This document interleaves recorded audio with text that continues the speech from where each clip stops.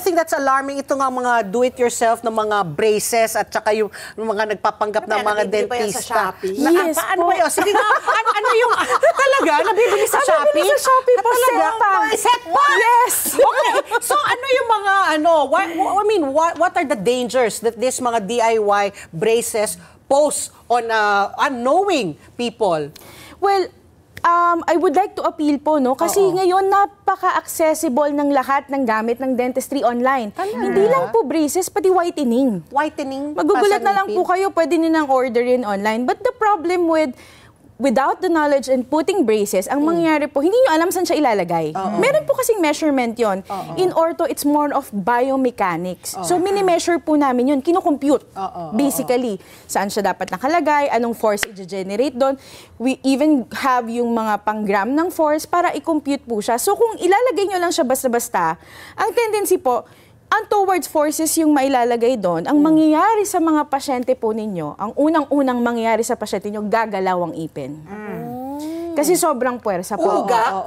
Pwede pong umuga. At lahat mahulog. Yes, kasi po, lalo po ngayon, marami po akong namimit sa clinic na ang gusto nila, pakilagyan nga po ako ng chain, yung dire-diretso po na bilog.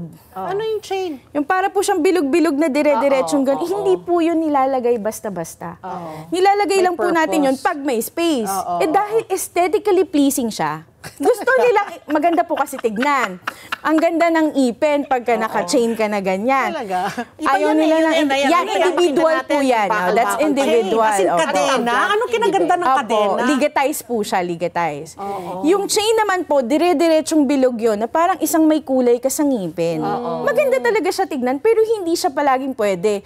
So if ever... May certain application lang yun. Lahat po ng auxiliary ng ortho, meron po siyang certain application.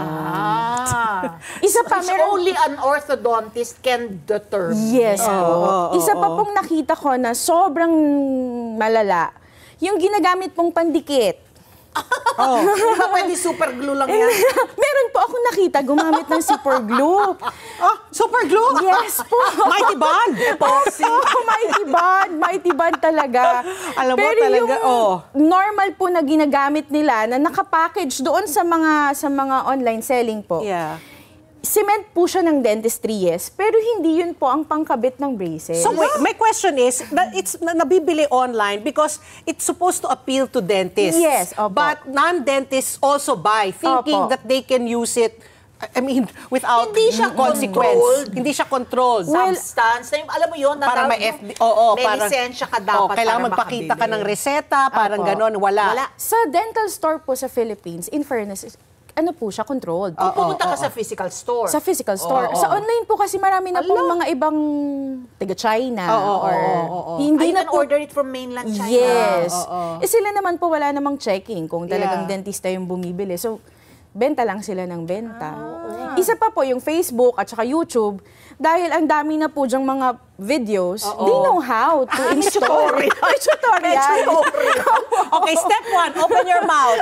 Step 2, get pliers. Pluck your tooth.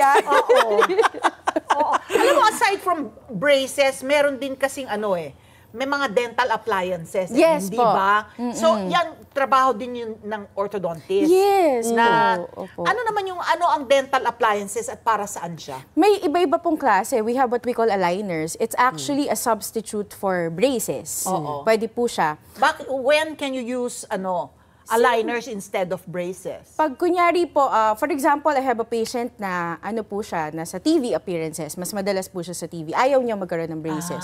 So we can use aligners instead. Sa gabi na lang ilalagay. Sa gabi na lang po siya ilalagay. Meron lang po siyang specification ng hours to use, pero it works Number as the same. Hours. Okay. But takes longer. Takes longer, of course. Let's get together. Sunnet 25. Sunnet 25.